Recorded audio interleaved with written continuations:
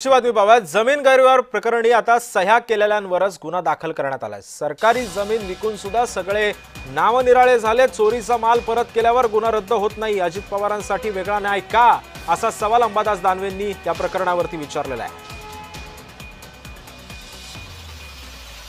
ही जमीन ही सरकारी जमीन आहे। सरकारी जमिनीचा व्यवहारच होऊ शकत नाही। ही पूर्वीची महारवतनाची जमीन आहे। या अशा अनेक गोष्टी पुढे आलेल्या आहेत। त्याच्याबद्दलच एसीएस रेव्हेन्यू आणि त्यांची टीम ही चौकशी करणार आहे। मग असं असताना इथं रजिस्ट्रेशन झालं कसं, कुणी केलं, कोण त्याला जबाबदार आहे, या सगळ्या गोष्टी त्याच्या ठिकाणी होत।